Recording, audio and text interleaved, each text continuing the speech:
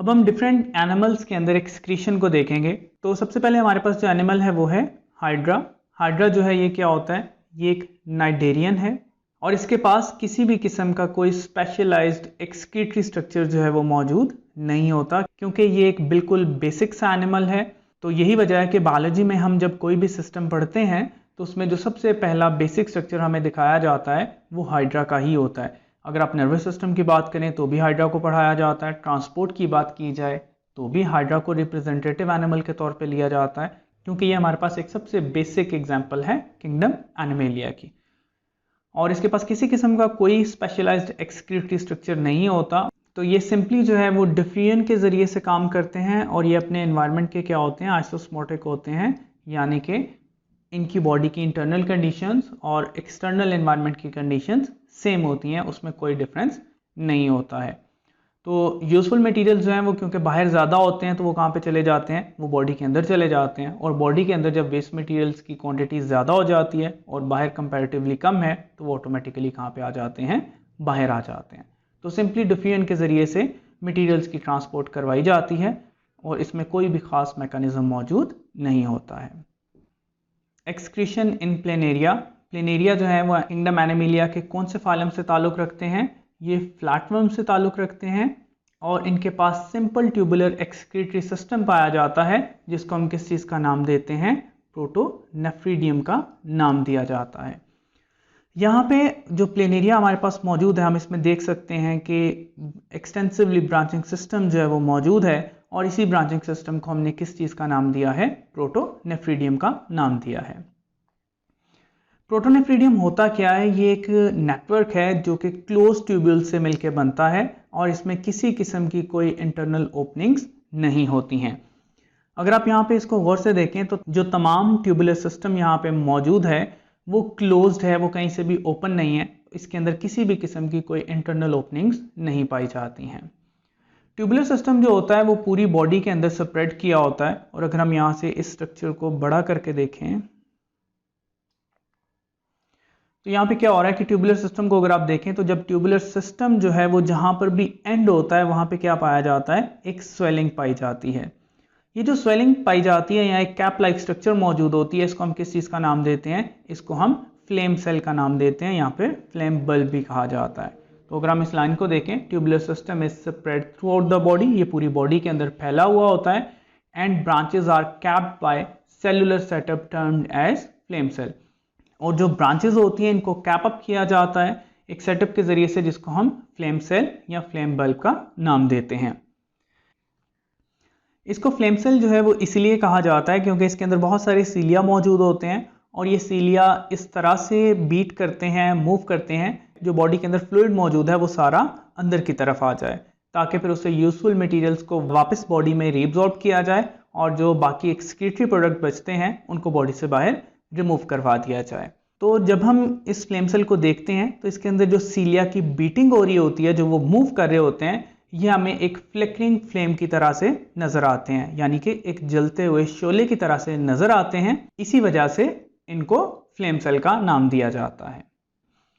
अब ये जो हमारे पास ट्यूबुलर सिस्टम मौजूद है इसके अंदर जब फ्लूइड आ जाता है तो उसके बाद उसको बॉडी से बाहर रिमूव करवाया जाता है सेवरल पोर्स की मदद से, जिनको हम नेफ्रीडियोपोर्स का नाम देते हैं। यहाँ पर अगर हम इस डायग्राम से देखें तो हमारे पास ये फ्लेम सेल जो मौजूद है इसके अंदर मौजूद सीलियास की मदद से वेस्ट मटेरियल जो होता है वो इस ट्यूबुलर सिस्टम के अंदर आ जाता है और उस ट्यूबुलर सिस्टम के अंदर आने के बाद उसके करीब जो भी पोर मौजूद होगा उसके ज़रिए से बॉडी से बाहर इसको रिमूव करवा दिया जाएगा और इस पोर को क्या नाम दिया जाता है, नेफ्रीडियोपोर। फ्रेश वाटर फ्लैटवर्म्स जो होते हैं ये डाइल्यूट यूरिन प्रोड्यूस करते हैं और उसको रिमूव करवा देते हैं, जबकि ऐसे फ्लैटवर्म्स जो कि पैरासाइटिक होते हैं ये नॉर्मली अपने होस्ट की बॉडी का क्या होते हैं, आइसोटोनिक होते हैं और मेनली जो है नाइट्रोजनस वेस्ट की फॉर्म में अपने वेस्ट मटेरियल को रिमूव कर रहे होते हैं। एक्सक्रीशन इन अर्थवर्म। अर्थवर्म के अंदर एक्सक्रीशन जो है वो कैसे होती है, अर्थवर्म के पास एक ट्यूबुलर एक्सक्रीटरी सिस्टम पाया जाता है जिसको हम किस चीज़ का नाम देते हैं, मेटानेफ्रीडियम का नाम दिया जाता है। जैसा कि आप देख सकते हैं अर्थवर्म के पास जितने भी सेगमेंट्स होते हैं उन तमाम सेगमेंट्स के पास अपना एक्सक्रीटरी सिस्टम मौजूद होता है, जिसको हम क्या कहते हैं, मेटानेफ्रीडियम। अगर सिंगुलर का नाम लें तो मेटानेफ्रीडियम है, लेकिन क्योंकि ये पेयर की फॉर्म में मौजूद होता है तो इसीलिए इसको क्या नाम दिया जाता है, ज़्यादा होंगे तो मेटानेफ्रीडिया कहा जाएगा। ये कैसे काम करता है, अगर हम इसकी फंक्शनिंग को देखें तो इसमें इंटरनल ओपनिंग मौजूद होती है, जिसको क्या कहा जाता है, नेफ्रोस्टोम का नाम दिया जाता है। ये जो इंटरनल ओपनिंग है नेफ्रोस्टोम, इसकी साइडों पे अगर आप देखें तो सीलिया मौजूद हैं। अब ये कैसे काम करते हैं कि ये जो सारा सेक्शन मौजूद है इसके अंदर सेलोम मौजूद है, सेलोमिक फ्लूइड मौजूद है। इन सीलियास की बीटिंग की मदद से जो सेलोमिक फ्लूइड होता है वो इस पाइपलाइन के अंदर चला जाता है और इस पाइपलाइन के अंदर ट्रैवल करता हुआ अंदर चला जाता है।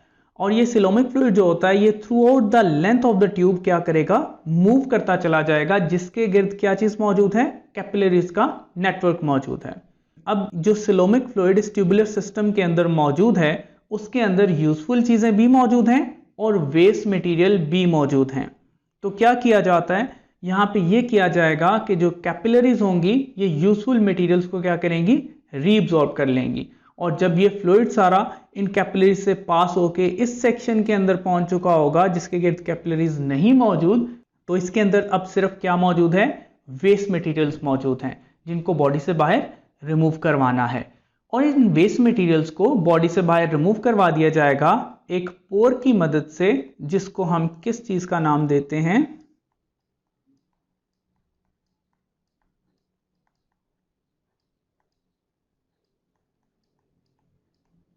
नेफ्रीडियोपोर का नाम दिया जाता है। अगर हम इसको एक दफ़ा दोबारा डिस्कस करें तो अर्थवर्म के हर सेक्शन के पास अपना एक्सक्रीटरी सिस्टम मौजूद होता है जिसको मेटानेफ्रीडियम का नाम दिया जाता है। इसके पास इंटरनल ओपनिंग होती है जिसको नेफ्रोस्टोम कहते हैं और उसके गिर्द सीलिया मौजूद होते हैं। इन सीलिया की मूवमेंट्स की वजह से इस चैम्बर के अंदर जो सेलोमिक फ्लूइड मौजूद होता है वो इस ट्यूबुलर सिस्टम के अंदर चला जाता है। और इस ट्यूबुलर सिस्टम के गिर्द क्योंकि कैपिलरीज मौजूद हैं वो तमाम यूजफुल मटेरियल्स को रीअब्सॉर्ब कर लेती हैं।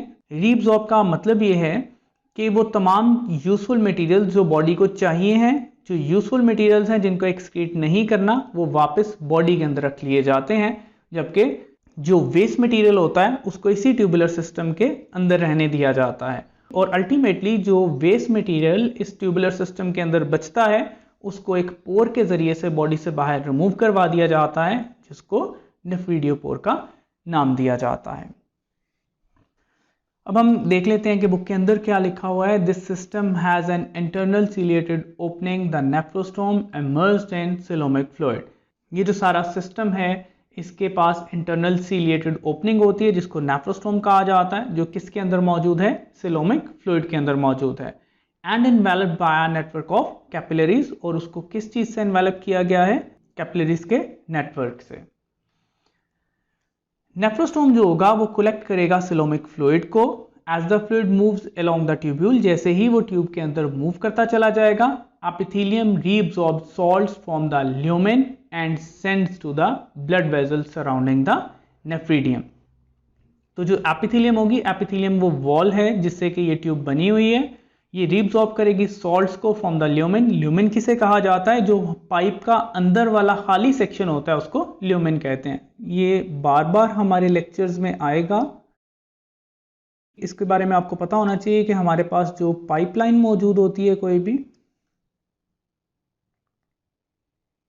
इसके अंदर जो खाली सेक्शन मौजूद है जिससे फ्लूइड पास करता है, इसको हम ल्यूमेन कहते हैं। तो एपिथेलियम जो है वो रीअब्सॉर्ब करती है सॉल्ट्स को, कहाँ से, ल्यूमेन में से, क्योंकि फ्लूइड जो है वो ल्यूमेन के अंदर मौजूद है, और इसको सेंड कर देती है ब्लड वेजल्स को, जो कहाँ पे मौजूद हैं, जो कि इसी ट्यूब की साइडों पे मौजूद हैं। The left over appears as urine containing the nitrogenous waste. अब जो एंड में लेफ्ट ओवर बच जाएगा वो क्या है, वो नाइट्रोजनस वेस्ट मटेरियल है और उनको बॉडी से बाहर रिमूव करवा दिया जाएगा। एक्सक्रीशन इन कॉकरोच और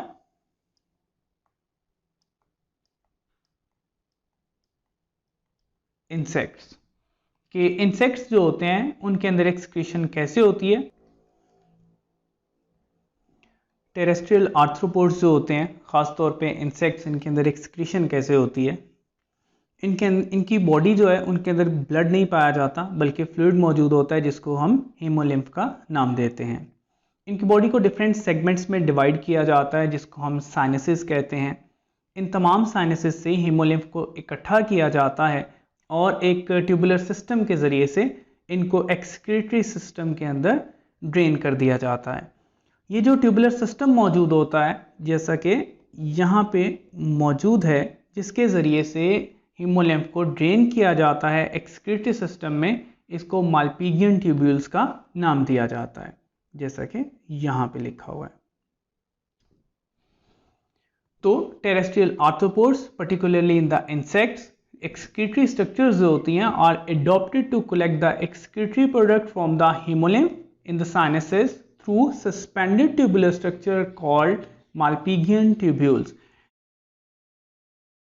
These Malpighian tubules remove nitrogenous waste from hemolymph. ये जो Malpighian tubules होती हैं ये नाइट्रोजनस वेस्ट को रिमूव करवा देती हैं हीमोलिम्फ से।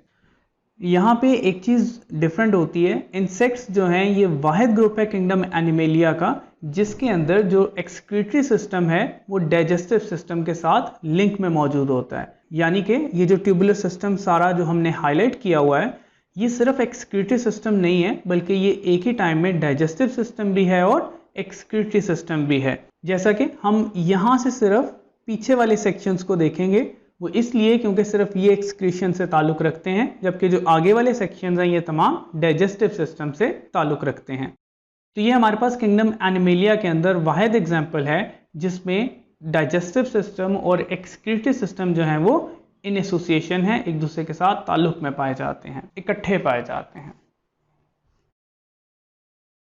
अगर हम इस डायग्राम से एक्सक्रीटरी सिस्टम को समझने की कोशिश करें तो ये हमारे पास माल्पीजियन ट्यूब्यूल्स मौजूद हैं।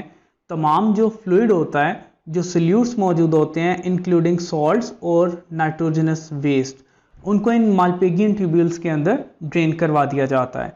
इसका मतलब ये है कि माल्पीजियन ट्यूब्यूल्स के अंदर जब फ्लूइड जाता है, हीमोलिम्फ जाता है, तो उसके अंदर यूजफुल मटेरियल्स भी मौजूद होते हैं और वेस्ट मटेरियल्स भी मौजूद होते हैं। उसके बाद उसको कहाँ पे पास ऑन कर दिया जाता है, उसको इंटेस्टाइन में पास ऑन किया जाता है और इंटेस्टाइन से गुजरते हुए वो अल्टीमेटली कहाँ पे पहुंच जाते हैं, रेक्टम में पहुंच जाते हैं। अब जो हमारे पास रेक्टम होती है, रेक्टम क्या करती है, ये रीअब्सॉर्ब करती है सॉल्ट को और वाटर को। जो यूजफुल मटेरियल्स होते हैं रेक्टम से उनको रीअब्सॉर्ब करके वापस बॉडी में भेज दिया जाता है, जबकि जो वेस्ट मटेरियल्स होते हैं उनको बॉडी से बाहर रिमूव करवा दिया जाता है। किस फॉर्म में, as a solid excreta in the form of uric acid crystals, यानी कि यूरिक एसिड के जो क्रिस्टल्स होते हैं उनकी फॉर्म में वेस्ट मटेरियल्स को रिमूव करवा दिया जाता है, जबकि तमाम यूजफुल मटेरियल्स को बॉडी के अंदर रीअब्सॉर्ब कर लिया जाता है। अगर हम एक दफ़ा दोबारा से कॉकरोच के एक्सक्रीटरी सिस्टम को देखें तो तमाम बॉडी के जो साइनसेस होते हैं वहाँ से फ्लूइड को लिया जाता है और माल्पीजियन ट्यूब्यूल्स के अंदर ड्रेन कर दिया जाता है। अब इस फ्लूइड के पास यूजफुल मटेरियल भी मौजूद हैं और नाइट्रोजनस वेस्ट भी मौजूद हैं। उनको पास ऑन करवाया जाता है, वो इंटेस्टाइन से गुजरते हुए रेक्टम में पहुंचते हैं और रेक्टम में फिर क्या किया जाता है कि जो यूजफुल मटेरियल्स होते हैं उनको बॉडी के अंदर वापस रीअब्सॉर्ब कर लिया जाता है, जबकि जो वेस्ट मटेरियल्स होते हैं यूरिक एसिड की क्रिस्टल्स की फॉर्म में उनको बॉडी से बाहर रिमूव करवा दिया जाता है। तो यहाँ तक हमारा एक्सक्रीशन इन एनिमल्स कंप्लीट हो जाता है।